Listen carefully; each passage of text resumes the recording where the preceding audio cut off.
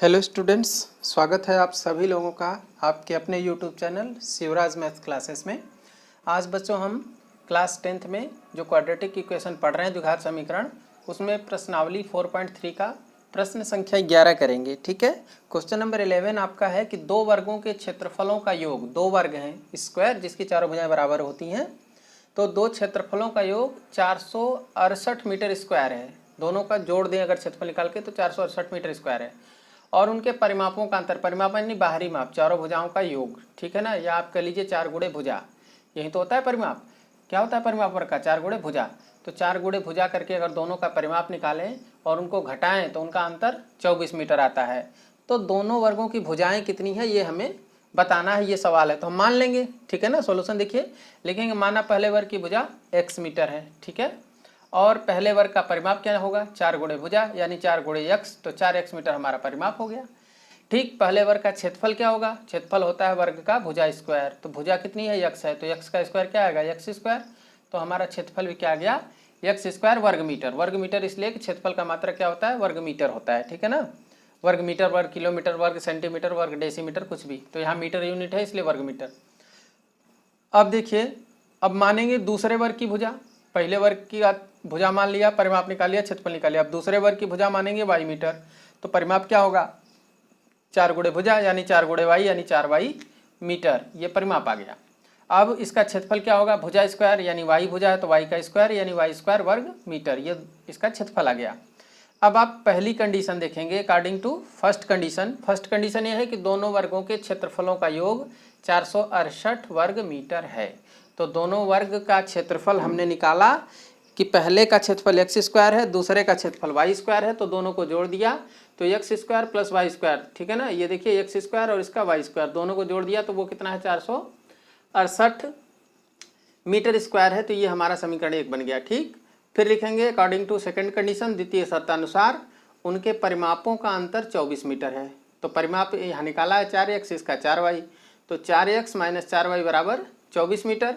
4 common दिख रहा है इसलिए x माइनस वाई बराबर 24 मीटर। x माइनस वाई बराबर 4 नीचे आएगा, 24 में भाग लग जाएगा, 4 6 के 24, 6 बार में कट जाएगा, तो आपका x माइनस वाई बराबर 6 आ जाएगा। इस तरह से आपके यहाँ पे दो समीकरण बन जाते हैं।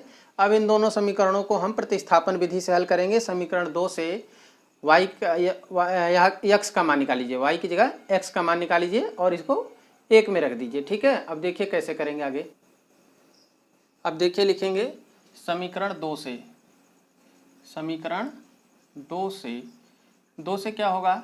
x बराबर क्या होगा? 6 प्लस वाई, ये समीकरण नंबर 3 बन जाएगा।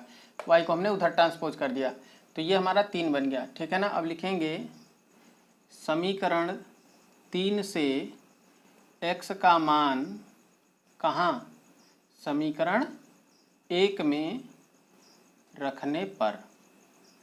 अब आप 1 में रख दीजिए तो x स्क्वायर है, तो x की जगह आप 6 प्लस वाई लिखेंगे, क्योंकि x का जगह x का मान 6 प्लस वाई है, तो x स्क्वायर है तो 6 प्लस वाई का स्क्वायर, अब प्लस वाई स्क्वायर है तो प्लस वाई स्क्वायर, और बराबर 4 6 8, तो 4 6 8। अब इसका सूत्र लगाइए, A square 6 square plus B square मतलब Y square plus 2ab, A B का मतलब 6 इंटू वाई, और प्लस ए वाई स्क्वायर, और बराबर 4 6 8।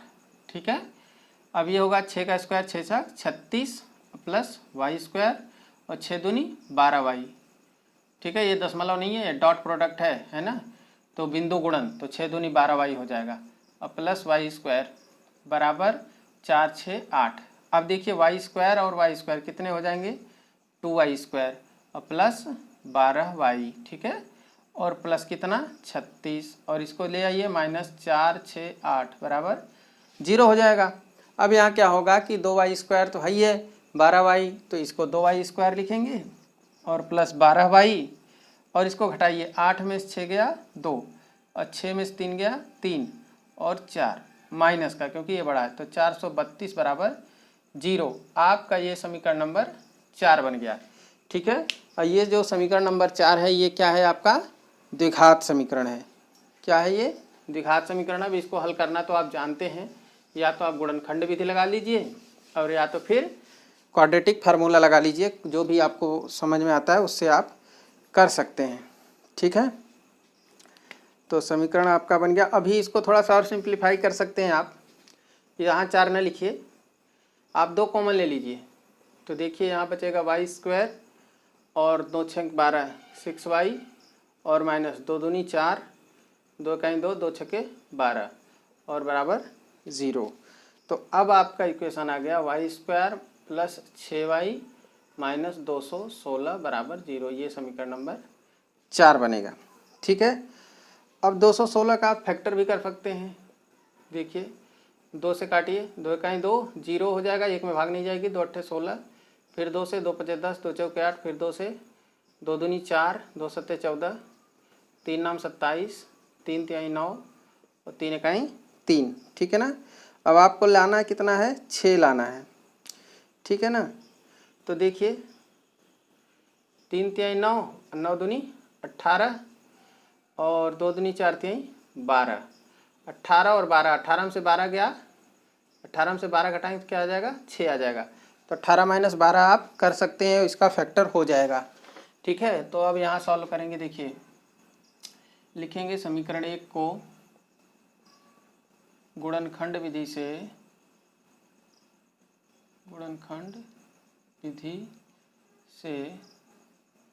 हल करने पर, तो आप वाई स्क्वायर की जगह वाई स्क्वायर लिखेंगे, 6 की जगह क्या लिखेंगे, यहाँ ही चेंज करेंगे, 18 माइनस 12 18 माइनस 12 वाई और माइनस 216 की जगह क्या लिखेंगे, 18 गुणे 12 बराबर 0। अब ये हो जाएगा Y square plus 18y minus 12y minus 18 गुणे 12 बराबर 0। यहाँ y कॉमन है तो आपका आएगा y प्लस 18 और माइनस 12 कॉमन लेंगे तो यहाँ भी बचेगा y और प्लस 18, क्योंकि माइनस दोनों जगह कॉमन है। अब आप लिखेंगे y प्लस 18 और दूसरे में क्या लिखेंगे, क्योंकि y प्लस 18 कॉमन आ गया, y माइनस 12 बराबर 0। फिर वही काम आपको फैक्टर में, अगर ये दोनों 0 है तो ये 0 करिए, y plus 18 equal to 0, y बराबर माइनस 18, y माइनस 18 आ गया, यानी दूसरी भुजा जो है आपकी ऋणात्मक आ गई। तो ऐसा कभी हो सकता है भाई, ऋणात्मक तो हो नहीं सकती ना भुजा, किसी वर्ग की भुजा ऋणात्मक नहीं हो सकती। इधर इरेज कर रहा हूँ, अगर आपको ज़रूरत पड़े तो आप वीडियो को पॉज करके ये सब चीज़ें लिख सकते हैं, देख सकते हैं, समझ सकते हैं। आइए अब इसको हम क्या कर दें, इसको कर देंगे अमान्य, है ना, क्योंकि भुजा की लंबाई नेगेटिव नहीं होती है। ठीक है, ये नेगेटिव अमान्य हो गया। तो अगला लीजिए, y माइनस 12 बराबर 0, दिस इम्प्लाइज y बराबर 12। ठीक है ना, y का मान 12 आ गया। तो अब x का निकालें, क्योंकि भुजाएं हमने क्या माना है, x और y। ठीक है ना, जो पहला वर्ग है उसकी x है, दूसरा वर्ग है उसकी y है। तो x क्या होगा, तो x के लिए समीकरण 3 आप पीछे जाके देख सकते हैं। समीकरण 3 क्या था, समीकरण 3 था x बराबर 6 प्लस y, तो x इक्वल होगा 6 प्लस y की वैल्यू 12, तो 12 और 6 18। ठीक है ना, तो अतः पहले वर्ग की भुजा की लंबाई बराबर 18 मीटर।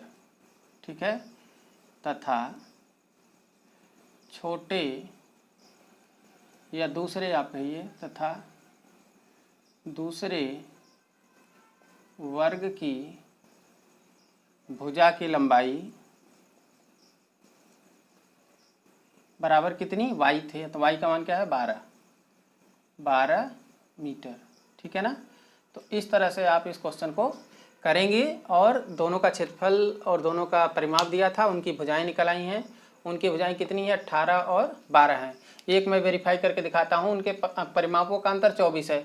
तो इसका परिमाप कितना आएगा, 18 जो भुजा है इसका परिमाप कितना आएगा, 4 होता है ना, 4 गुना, 4 गुणे भुजा, तो 18 चौक 72 हो गया।